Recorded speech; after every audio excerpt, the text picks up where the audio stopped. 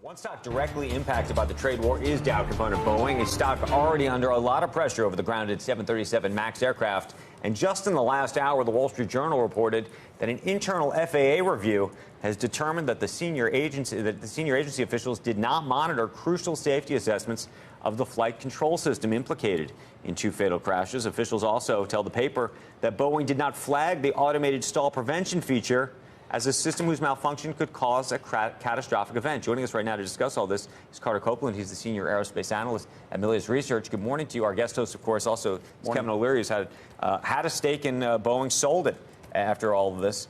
Carter, this new report, does it give you any hope? Not hope, but is this the floor on the story, or is it only going to get worse from here? Yeah, look, I think we've been talking about this for a couple of months. This is a timeline that is probably going to take longer than Boeing initially intended it to. It is going to be out of their control in many respects, and it's going to continue to generate news flow that's going to make the stock volatile. So I think, honestly, Andrew, it's almost impossible to say, oh, this is a bottom or that's a bottom. What you've got to ask yourself is, is there a return to normalcy in some longer-term period? And I think the answer will be yes, in 6 to 12 months. Do we conclude that the FAA and Boeing and other certification authorities have reached a conclusion about, the way forward? And I think the answer will be yes. Kevin has an interesting sort of theory about this particular plane and where the engines are placed and whether there's going to need to be a physical, not a software-based solution to this. Yeah, the company hasn't addressed it. At least I haven't heard it. Maybe I could ask you point blank. Is there a structural modification that's going to be required in the MAX because of the way the higher powered engines were put in place on the fuselage? Because that is a 50,000-pound gorilla in the room. If we have to take the inventory of existing 737s out of the mix, obviously the company can survive that, but that would be a redesign of this plane. What is the probability of that? Yeah, I think it's incredibly low. I mean, so if you're trying to monitor the certification activity from the outside and say, are we observing anything that looks like that? The answer is no. You're not getting any indication of that. And I think, fundamentally, we have a lot of airplanes, mostly in the military realm, where if you look at them, I mean, take the B-2 bomber, for example, which is a flying wing.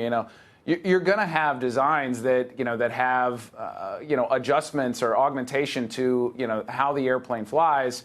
That's not outside of the norm, I would say. So I know there's a lot of speculation around, we put the engines in the wrong place so that the plane wouldn't stall. But the MCAS, they've been pretty clear, is not an anti-stall system. It's to assist in making the MAX handle like the NG did. So I realize there's a lot of speculation in that. But if you're watching the FAA activity and the other certification activity, it doesn't appear that there's any movement down that sort of path. Let me ask you a separate question. Literally, I don't know if you can see it on the screen, we're running a headline under you, Boeing in trade war crosshairs. We haven't even got into that issue and what is happening now with China and the conversation that the administration is having with them.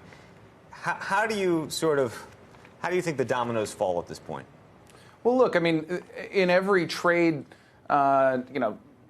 discussion that we've had over the past couple of years, Boeing has been front and center in that. I mean, the MAX didn't cause this to be, a new issue. I mean, Boeing is the largest exporter in this country, and so it's going to get wrapped up in any trade spat.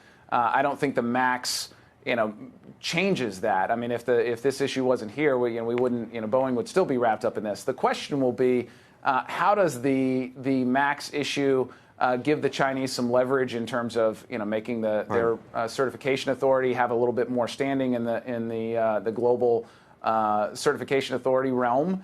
And how does this get wrapped up in the rest of a negotiation? I think, Boeing was always going to be wrapped up in negotiation. I think this is a new element to it, but it's not specifically related to Kevin, the MAX. what's worse from the trade war perspective? Who's it worse for, Apple or Boeing? Apple. Apple, not Boeing. Not Boeing. There's only two manufacturers of aircraft that can give the scale China needs for its growing, aeronautics business. It's worse for Apple. They never thought through the supply chain. They should have had backups in Vietnam and India. That's my take. That's exactly right.